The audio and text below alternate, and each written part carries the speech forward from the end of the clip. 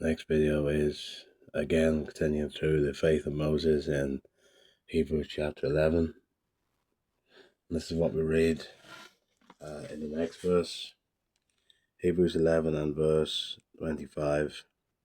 I'll pick it up from verse 24, which was the previous video. By faith Moses, when he became of age, refused to be called the son of Pharaoh's daughter, and we looked at that last time. Now, verse 25, choosing rather to suffer affliction with the people of God and to enjoy the passing pleasures of sin. Here we see that the basis of Moses' choice was that he would rather suffer with God's people than endure the pleasures of sin for a season. Again, we looked at this last time, but pick it up from Exodus 2, verse 10. The child grew, and she brought him to Pharaoh's daughter, and he became her son, and she named him Moses. So it was Pharaoh's daughter who gave him his name, and said, because I drew him out of the water. Verse 11, now it came about in those days, and there's a period of time between verse 10 and 11, when Moses had grown up, that he went out to his brethren and looked on their hard labors, and he saw an Egyptian being a Hebrew, one of his brethren. Hebrews 11 says, choosing rather to suffer affliction with the people of God than to enjoy the pleasures of sin for a season.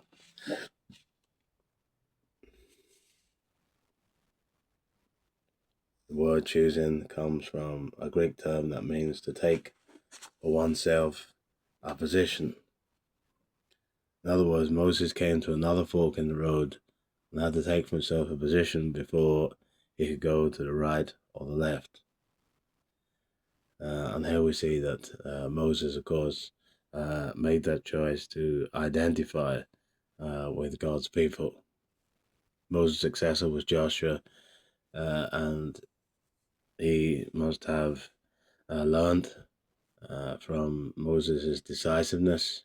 Remember Joshua 24, if it is disagreeable in your sight to serve the Lord, choose for yourselves today whom you will serve, whether the gods which your fathers served, which were beyond the river, or the gods of the Amorites in whose land you are living. But as for me and my house, we will serve the Lord. Elijah, standing on the peak of Mount Carmel, said much the same thing to the Israelites. How long will you waver or hinder or halt between two opinions? If the Lord is God, follow him, but if Baal is God, follow him. Moses did not waver between two opinions. He thought through his position, came to a conclusion, and made his choice. Here we see Moses, having taken a position concerning his walk with God, next made a decision that was neither culturally popular nor materially advantageous. He pulled off the headgear of Pharaoh, walked away from the palace of the queen, ignored all the prerogatives that were his to enjoy for the rest of his life, and chose to live with the people of God.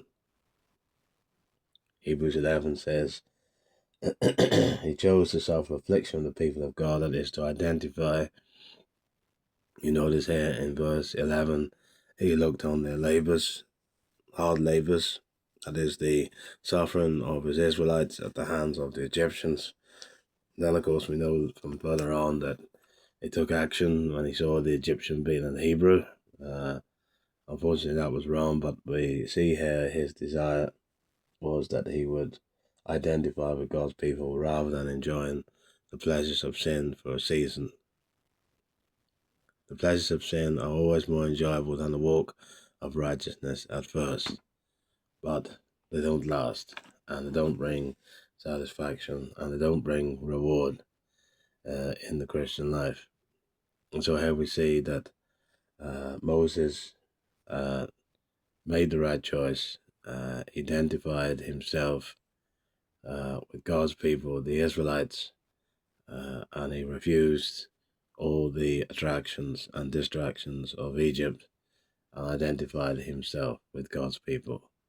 And so, as whoever wrote Hebrews is referring us to the fact that as Christians, we also have to make that choice. We have to identify with Christ, and bearing in mind for the Hebrews, that was a huge thing, and we have to be prepared to suffer with God's people rather than enjoying sin for a short time. Thank you for listening.